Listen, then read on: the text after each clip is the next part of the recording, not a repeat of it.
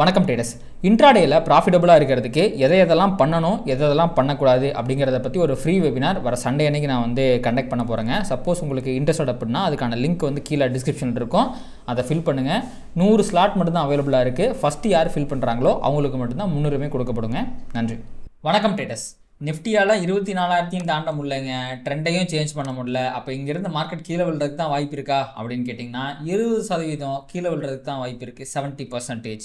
அதே மார்க்கெட் மேலே போகிறதுக்கு 30% வாய்ப்பு இருக்குது. எதை அடிப்படையாக வச்சு இப்படி நான் சொல்கிறேன் அப்படிங்கிறதுக்கான விளக்கத்தை கம்ப்ளீட்டாக இந்த வீடியோவில் நம்ம பார்த்துடலாங்க. வாங்க நம்ம வீடியோக்குள்ளே போகலாங்க.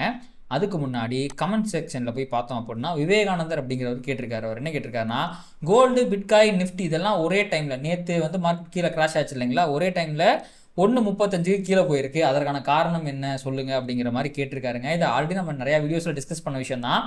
குளோபலாக ஒரு ஈவெண்ட் காமனாக எல்லா மார்க்கெட்டுமே அஃபெக்ட் பண்ணுற மாதிரி நடக்குது. அப்படிங்கும்போது எல்லா மார்க்கெட்டும் ஒரே மாதிரி தாங்க ரியாக்ட் பண்ணும். ஏன்னா இந்த உலகம் மொத்தத்தில் இருக்க எல்லா மார்க்கெட்லையும் எல்லா ட்ரேடபிள் இன்ஸ்ட்ருமெண்ட்லையும் காசு போட்டு பண்ணுறவங்க சில ஆட்கள் தான்.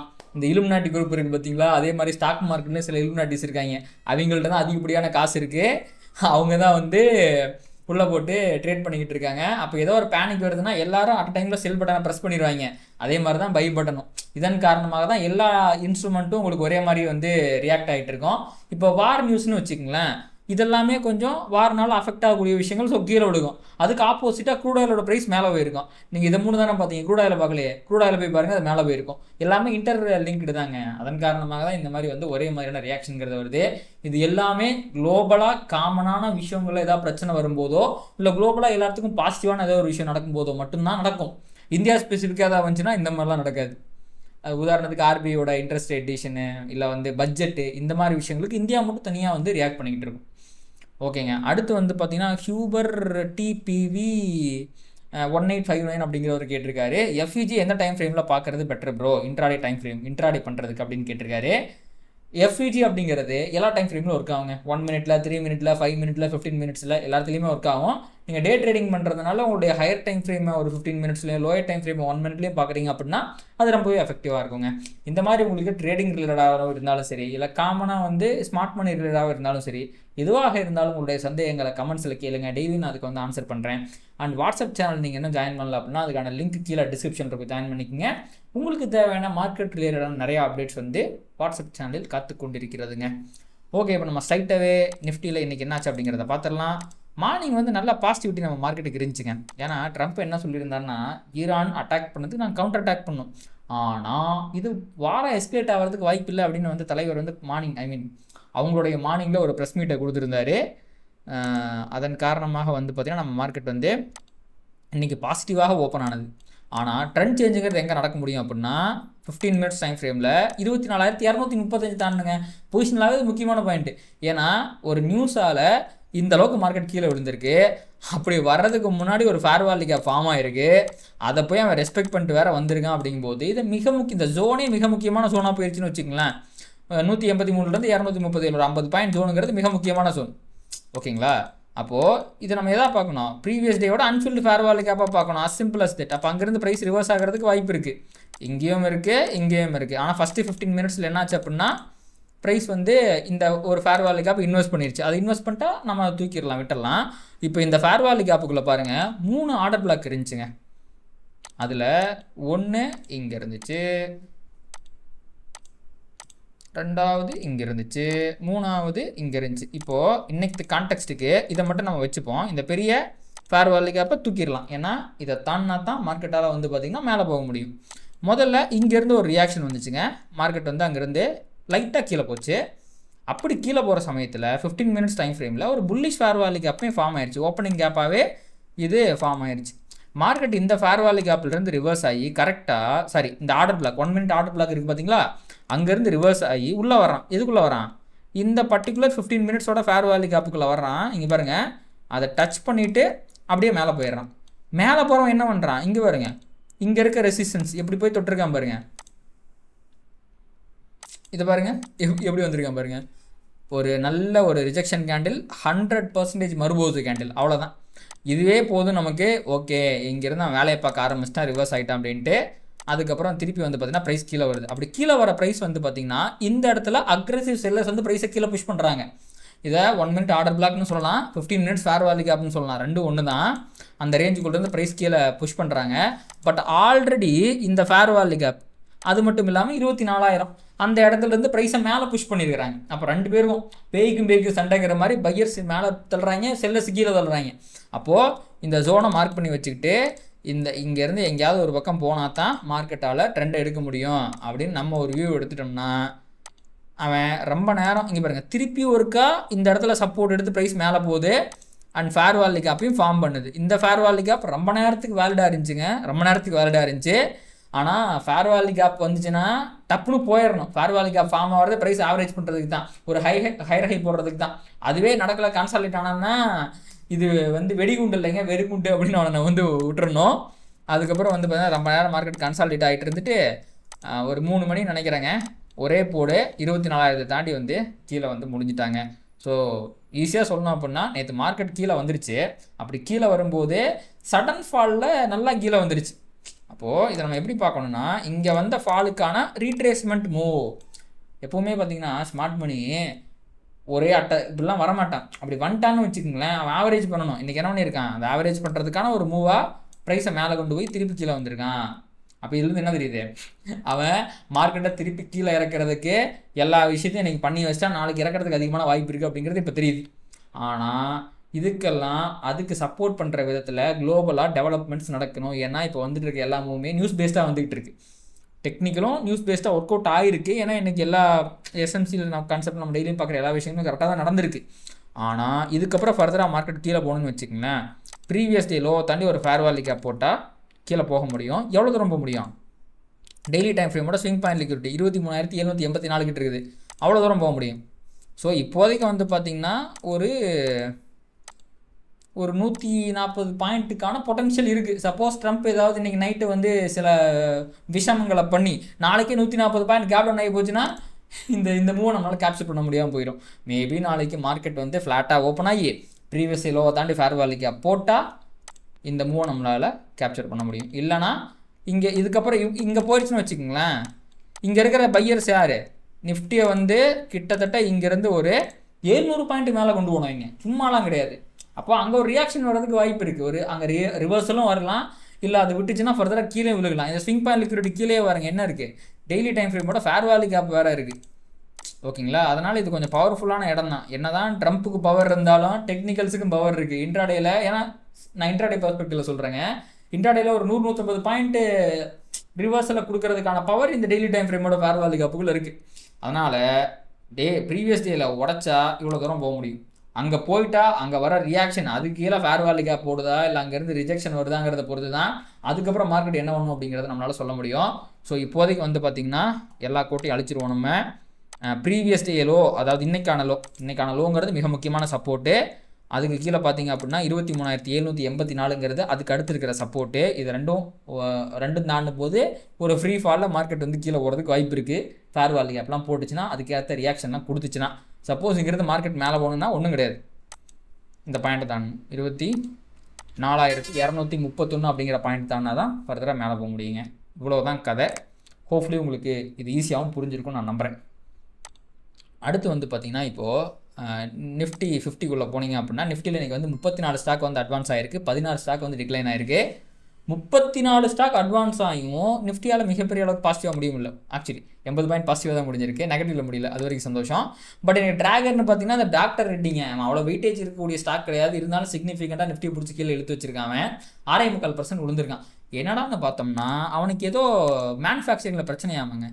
செமாக்ளூடைட் அப்படிங்கிற செமாக்ளூடைட் கரெக்டாக தான் படிக்கிறேன் அப்படிங்கிற ஒரு அவனுடைய சுகர் டயபெட்டிஸுக்கும் அண்டு வெயிட் லாஸ் ஒசாம்பிக்னு ஒரு மெடிசன் இருக்குது பார்த்தீங்களா, அதற்கு தேவையான அந்த ஒரு மாலிகுல் ஒரு இன்க்ரீடியன்ட் கிடைக்கிறதுல ஏதோ பிரச்சனையாட்டு இருக்குது. அப்போ அவனோட மெயின் பிஸ்னஸ் இப்போ ஒசாம்பிக்கிறது தான் பீக்கில் போயிட்டு இருக்கு. வெயிட் லாஸ் பண்ணணும்னு எல்லாம் மாத்திரை வாங்கி சாப்பிட்டுட்டு உடம்பு குறைச்சிட்டு இருக்கிறாங்க. அந்த மாதிரி ஒரு விஷயத்துக்கு மேனுஃபேக்சரிங் அடி வாங்குது அப்படின்னா அஃப்கோர்ஸ் அவனோட சேல்ஸ் அடி வாங்குவான். அப்போது குவார்ட்டரில் நல்ல ரிசல்ட் வராது. அப்போ போட்டு அட்ராவனே அப்படின்ட்டு அடித்து 6% இறக்கியிருக்கிறாங்க. அதனால் அவன் பார்த்திங்கன்னா பையன் சம்மந்தமே இல்லாமல் கீழே விழுந்துட்டான். சப்போஸ் இவன் எனக்கு சப்போர்ட் பண்ணியிருந்தான்னு வச்சுங்களேன் 24,000 கூட சஸ்டெயின் ஆகிறதுக்கான வாய்ப்புகள் இருக்கத்தான் செஞ்சுங்க. பட் நடந்து முடிந்து விட்டது, அவனும் கீழே விழுந்து விட்டான். பார்ப்போம். அண்ட் அதை தாண்டி பார்த்தீங்கன்னா நிஃப்டி 500 பரவாயில்ல. நேற்று இருந்த ரத்த கலரிக்கு இன்றைக்கி ஒரு சிறிய ரீட்ரேஸ்மெண்ட் எல்லா ஸ்டாக்லேயுமே வந்து வந்திருக்குங்க. என் போர்ட்ஃபோலியோ 4000 பக்கமாக இன்றைக்கி -14,000 4000 ப்ராஃபிட்டுக்கு போயிடுச்சு. பயங்கரமான ஸ்விங் ஆகிட்டு இருக்கு போர்ட்ஃபோலியோலாம். சரி, ஓகேங்க. நிஃப்டி 15 பார்த்துட்டோம், 500 பார்த்துட்டோம். ஸோ இன்றைக்கி ஆட்டோ செக்டார் மட்டும் கொஞ்சம் அண்டர் பர்ஃபார்மன்ஸு. அதை தாண்டி பார்த்தீங்கன்னா மோஸ்ட் ஆஃப் த செக்டார் வந்து பாசிட்டிவாக தான் இருந்துச்சு. அண்ட் டிசிஎஸ்க்கு நாளைக்கு ரிசல்ட்டுங்க. அதை முன்னிட்டு டிசிஎஸ் ஏதாவது நடக்கும்னு பார்த்தா அவன் ஃப்ளாட்டாக முடிச்சிட்டான்.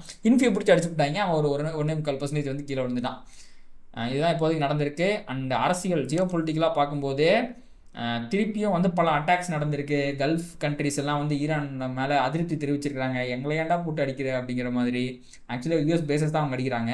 பட் அது அவங்க கண்ட்ரியில் இருக்கும்போது அது பிரச்சனையாகுது. அண்டு இந்த சந்தர்ப்பத்தில் குளிர்காயறது யாருன்னு பார்த்தீங்கன்னா அந்த இஸ்ரேல்காரர் இருக்கான் பார்த்தீங்களா, அவன் தான். அமெரிக்காவை அடிச்சிட்டாங்க, நம்ம சும்மா இருக்க முடியுமான்ட்டு லெபனானை பிடிச்சி சாத்திட்டாங்களாட்டிருக்கு. அங்கே பெரும் பிரச்சனை போய்கிட்டு இருக்கு. அண்டு இப்போதைக்கு எல்லாமே என்னன்னா இந்த கார்கை ஐலாண்டை சுற்றி வந்துருச்சுங்க. அமெரிக்காவோட கடைசி ஆயுதம் இந்த கார்கை ஐலாண்டு தான். ஈரானுடைய ஒட்டுமொத்த ஆயிலையும் இந்த குட்டியூண்டு ஐலாண்டுங்க அது. இந்த இடத்துக்கு கொண்டு வந்து இங்கேருந்து தான் மற்ற நாடுகளுக்கு ஏற்றுமதி பண்ணுறாங்க. ஸோ ஒன்று ட்ரம்ப் என்ன சொல்கிறாருன்னா, நான் பவர் பிளான்ட் அட்டாக் பண்ணிடுவேன் அப்படின்னு சொல்கிறாரு. சில நியூஸ்லாம் வேறு வந்திருக்கு, அட்டாக் பண்ணிட்டாங்கன்ட்டு. ஆனால் ஈரான் தரப்புலேருந்து அதை மறுத்துட்டாங்க. ரெண்டாவது வந்து பார்த்தீங்கன்னா கார்கை ஐலாண்டை வந்து பிடிக்க போகிறாங்க அப்படின்ட்டு தான். சப்போஸ் கார்கை ஐலாண்டு மேலே அவங்க கை வச்சாங்கன்னா, இப்போது அவங்களோட பொருளாதாரமே இதை தான் நம்பி இருக்குது அப்படின்னா, அங்கே ஏகப்பட்ட டிஃபென்ஸ் சிஸ்டமே அவங்க வச்சுருப்பாங்க. அங்கே அமெரிக்கா இறங்கினா கண்டிப்பாக அதை முடிச்சிருவாங்க. பட் சப்போஸ் இதை அவங்க பண்ணிட்டாங்க அப்படின்னா ஈரான் அதுக்கு கவுண்டர் அட்டாக் படுபயங்கரமாக பண்ணுவாங்க. இது மிகப்பெரிய அளவில் ஒரு பெரிய யுத்தமாக வெடிக்கிறதுக்கு வாய்ப்பு இருக்குது. நியூக்ளியர் பவர் பிளான்ட் அட்டாக் பண்ணாலும் இது நடக்கும், கார்கை ஐலாண்ட் அட்டாக் பண்ணாலும் இது நடக்கும். ட்ரம்ப்பு கொஞ்சம் அறிவு இருக்குன்னு நான் நம்புகிறேன். ஏன்னா ஈரானை கைப்பற்றி அதோட ஆயுள் வளங்களை வந்து அடையணும் அப்படிங்கிறதுக்காக தான் இந்த யுத்தத்தையே அவர் நடத்துகிறாரு அப்படின்னு நான் நம்புகிறேன். அதன் காரணமாக மோஸ்ட் லைக்லி அப்படி அவர் பண்ண மாட்டாருன்னு நம்புகிறேன். சப்போஸ் பண்ணிட்டா முடிஞ்சு போச்சு, பெரிய ஒரு வாரம் இது வெடிக்கிறதுக்கு வாய்ப்புகள் இருக்கிறது. அப்படி நடந்துச்சுன்னா ஸ்டாக் மார்க்கெட்டில் பெரிய கிராஷ் வந்துடுங்க. இது நடக்கலைன்னா மேபி ஏதாவது தப்பி பொழைச்சி லிக்விடிட்டி ஸ்வீப் அடிச்சு கூட மேலே போகிறதுக்கு வாய்ப்புகள் இருக்கிறது. ஸோ இதான் விஷயம். இப்போ நம்ம பொசிஷன் எல்லாம் பார்த்துடலாம். இப்போதைக்கு ரெண்டு பேரும் திருப்பி அட்டாக் பண்ணிட்டு தான் இருக்காங்க. யூஎஸும் அட்டாக் பண்ணுறாங்க, ஈரானும் அட்டாக் பண்ணுறாங்க. இதுக்கப்புறம் இன்றைக்கி நைட்டு எந்த மாதிரி டெவலப்மெண்ட்ஸ்லாம் வருதுங்கிறத பொறுத்து தான் நாளைக்கான ப்ரைஸ் ஆக்ஷன் இருக்கும். ஃபுல்லாக நியூஸ் பேஸ்டு மார்க்கெட் தான். இப்போதைக்கு டெக்னிக்கலாக 1 day time frame and 15 minutes time ஃப்ரேமில் நிஃப்டி பேரிஷாக இருக்குது. அண்டு வீடியோ ஓப்பனிங்கில் நான் சொன்னேன் பார்த்தீங்களா, மார்க்கெட் கீழே விழுறதுக்கு 70% சான்ஸ் இருக்குது அப்படின்ட்டு. அதுக்கு 2 காரணங்க. 15 minutes டைம் ஃப்ரேம்லேயே ஆகட்டும் அண்டு 15 minutes டைம் ஃப்ரேமில் மார்க்கெட் பேரிஷாக இருக்குது. 1 day டைம் ஃப்ரேமில் புல்லிஷாக தான் இருக்குது. 1 hourலாம் வந்து பார்த்திங்கன்னா மார்க்கெட் பேரிஷாக மாறிடுச்சுங்க. அண்ட் நேற்று கீழே விழுந்தப்போ 1 hourல பாருங்கள், 1 hourல ஃபேர் வேல்யூ கேப் இருந்துச்சு. அதையுமே போய் பார்த்தீங்கன்னா வந்து ரிஜெக்ட் பண்ணிவிட்டு கீழே வந்துட்டான். இது எல்லா சைனுமே பேரிஷான சைன் தான். அண்ட் ப்ரைஸ் வந்து ஃபர்தராக கீழே போக போகுது அப்படிங்கிறதுக்கான சைன் தான். எவ்வளோ தூரம் போக முடியும்னா முன்னாடியே பேசின மாதிரி 23,784 அது போகிறதுக்கான வாய்ப்புகள் இருக்குது. ஸோ அப்போது இங்கேருந்து ஒரு 200 பாயிண்ட் ஃபால் வர்றதுக்கான வாய்ப்பு 70% இல்லைங்க, 90% இருக்குதுன்னு நம்ம சொல்லிடலாம். ஏன்னா மார்க்கெட்டில் 100% எதுவுமே சொல்ல முடியாது. திடீர்னு நாளைக்கு 2 பேர் போகிற நிப்பாட்டிதாங்கன்னு வச்சுக்கலாம், ஒரு 200 பாயிண்ட் கேப்புக்கு கூட வந்து இது டச் பண்ணாமே கூட போயிடலாம். ஸோ டெக்னிக்கலாக மார்க்கெட் பீரிஷாக இருக்குது. நியூஸால் அஃபெக்ட் ஆகாத வரைக்கும் 23,784 வந்து ஒரு ரியாக்ஷன் அவன் கொடுப்பான். அது புல்லிஷ் ரியாக்ஷனாகவும் இருக்கலாம், பியரிஷ் ரியாக்ஷனாகவும் இருக்கலாம். அப்போ நம்ம முடிவு பண்ண வேண்டியதான். இப்போதைக்கு மார்க்கெட் வந்து கீழே வரதுக்கான வாய்ப்புகள் அது இப்படியா இருக்குது. அதையும் தாண்டி மேலே போகணுன்னா முன்னாடியே சொன்ன மாதிரி 230 தான்னா அவன் மேலே போயிடுவான், நம்ப வேண்டியதாங்க. இவ்வளோ தான் நிஃப்டியை பொறுத்த வரைக்கும். அடுத்து அப்படியே பேங்க் நிஃப்டி பக்கம் போயிடுவோம். இன்றைக்கி நிஃப்டி 0.34% வந்து பாசிட்டிவாக முடிஞ்சிருக்கு. பட் பேங்க் நிஃப்டி பாருங்களேன் 0.90% பாசிட்டிவாக முடிஞ்சிருக்கு. Bank Nifty out performance, total out performance 500 point மேலே ஏறி கிடக்கிறான். பட் ஸ்டில் ட்ரெண்ட் பேரிஸ் ஆகி போச்சு. என்ன பண்ணுறது, ஒரு ஃபேர் வேல்யூ கேப் வேறு ஃபார்ம் ஆயிடுச்சு. ஆர்டர் பிளாக் பார்த்தீங்களா, நம்ம எப்போ சொன்னோம் இந்த ஆர்டர் பிளாக் வந்து ரிவர்ஸ் ஆவான்ட்டு, அங்கே வந்தால் ரிவர்ஸ் ஆகி கிடக்கிறான், கீழே தான் போயிருக்கான். இப்போது ஃபேர் வேல்யூ கேப்பும் ஃபார்ம் ஆயிருக்கான். ஸோ இதுக்கப்புறம் ஃபர்தராக பேங்க் நிஃப்டி வந்து மேலே போகணுன்னா இந்த ஹையை தாண்டினா தான் மேலே போக முடியும். ஸோ அப்போது அவன் இன்னொரு 1300 பாயிண்ட் மேலே போனாலும் அவனோட ட்ரெண்ட் பியரிஷ் தான், அவன் பியரிஷாக இருக்கான்னு தான் நம்ம வந்து நம்ப முடியுங்க. பட் இங்கே இருக்கிற ஃபேர் வேல்யூ கேப்பில் இப்போ ரியாக்ஷன் வருது, ஆர்டர் பிளாக்ல மேபி ரியாக்ஷன் வரதுக்கு வாய்ப்பு இருக்குது. அதெல்லாம் சின்ன சின்ன ரீட்ரேஸ்மெண்ட் மூவாக தான் இருக்கும், ரிவர்சலுக்கான வாய்ப்புகள் குறைவு. ஏன்னா பேங்க் நிஃப்டி பைபிள் இருக்கான் பார்த்தீங்களா, மேலே போகும்போது லிக்விடிட்டியை விட்டு போயிருக்கான். வாராசா உனக்காக தான் நான் இங்கே காத்துக்கிட்டு இருக்கேன் வந்து அப்படின்ட்டு. ஸோ அது வந்து இந்த ஃபேர் வேல்யூ கேப், இந்த daily time frame fair value கேப்லேருந்து ரிவர்ஸ் ஆயிடுச்சுன்னா நல்ல ஒரு ஃபால் பேங்க் நிஃப்டியில் வருவதற்கான வாய்ப்புகள் பிரகாசமாக தெரியுதுங்க. இவனும் கொஞ்சம் பேரிஷாக தான் இருக்கான். அடுத்து அப்படியே க்ரூடை பார்த்துருவோம். க்ரூடு வந்து பார்த்திங்கன்னா அப்படியே நான் பார்க்குறேன் 3-4% டவுனில் இருந்தான். சரி ஓகே, ஏதாவது டெவலப்மெண்ட் நடக்குதாட்டிருக்கே, மார்க்கெட் கீழே விழுந்துட மாட்டிருக்கேன்னு பார்த்தா அப்போ தான் எனக்கு ஞாபகம் வந்துச்சு டெய்லி டைம் ஃப்ரேமில் ஒரு fair value gap crude oil இருக்குன்ட்டு. அப்போ அவங்க கீழே விழுந்தானா அந்த ஃபேர் வேல்யூ கேப்லேருந்து ரீட்ரேஸ்மெண்ட் ஆகி மேலே வரதுக்கு தான் வாய்ப்பு இருக்குது. டெக்னிக்கலாக க்ரூட் வந்து டெய்லி டைம் ஃப்ரேமில் புல்லிஷாக மாறிடுச்சு, அவன் மேலே வரதுக்கு வாய்ப்பு இருக்குது. இந்த ஃபேர் வேல்யூ கேப்பை தாண்டி இந்த ஃபேர் வேல்யூ கேப் இன்வெஸ்ட் பண்ணானா அப்புறம் பார்த்துக்கலாங்க. அது வரைக்கும் வந்து பார்த்தீங்கன்னா இங்கேருந்து ரிவர்ஸ் ஆகி மேலே வரதுக்கு தான் வாய்ப்பு இருக்குது. Crude is looking bullish. அடுத்து கோல்டு வந்து பார்த்திங்கன்னா பியரிஷாக தான் இருக்குது, கீழே இருக்க ஸ்விங் பாயிண்ட் லிக்விட் நோக்கி தான் போயிட்டுருக்கு. இங்கே வரதை நான் கண்டிப்பாக ரீட்ரேஸ்மெண்ட் மூவாக தாங்க பார்க்குறேன். இங்கே இருக்கிற ஃபேர் வேல்யூ கேப்லேயோ இல்லை இங்கே இருக்க ஆர்டர் பிளாக்லேயோ பட்டு தெரிச்சுக்கிட்டு கோல்டு வந்து கீழே போகிறதுக்கு தான் அதிகப்படியான வாய்ப்புகள் இருக்குங்க. It is still bearish. சில்வரும் பியரிஷ் தான். இப்போ பார்க்கும்போது 1% ஏறி நிற்கலாம். ஆனால் இவனும் எதுக்கு வந்துடுறான் மேலே, இங்கே இருக்கிற ஆர்டர் பிளாக்குக்கோ இல்லை இங்கே இருக்கிற ஃபேர் வேல்யூ கேப்புக்கோ வந்து ரிவர்ஸ் ஆகி கீழே போகிறதுக்காக தான் அவன் இப்போ மேலே வந்துக்கிட்டு இருக்கான். அவன் மேலே வரதே கீழே போகிறதுக்கு தான்ப்பா அப்படிங்கிற மாதிரி லோயரில் தானே போட்டுக்கிட்டு இருக்கேன் பாருங்கள், கிளியர் லோயரில் தான். அதுக்கான ரீட்ரேஸ்மெண்ட் தான் இது. அவன் கீழே போயிடுவான். எவ்வளோ தூரம் போகிறதுக்கு வாய்ப்பு இருக்குது? 55.62 வரைக்கும் அவன் போகிறதுக்கான வாய்ப்புகள் இருக்குங்க. கோல்டும் அந்த ஸ்விங் பாயிண்ட் லிக்விட் கீழே பார்த்தோம் இல்லைங்களா, அது வந்து 3944 அது வரைக்கும் போகிறதுக்கு வாய்ப்பு இருக்குது. பிட்காயினும் பியரிஷாக தான் இருக்குது. அவனும் கீழே இருக்க ஸ்விங் பாயிண்ட் லிக்விட் நோக்கி தான் போயிட்டுருக்கான். அதாவது 57,758 நோக்கி போயிட்டுருக்கான். எல்லா மார்க்கெட்டும் பியரிஷாக தான் இருக்குது. குளோபல் மார்க்கெட்டை பொறுத்த வரைக்கும் காலையில் கொஞ்சம் பிரகாசமாக இருந்தது, இப்போ டல்லாகி போய் கிடைக்குது. எல்லாமே பாசிட்டிவாக இருக்காங்க. இந்தியன் மார்க்கெட் மாதிரி தான் லைட்டாக பாசிட்டிவாக இருக்காங்க.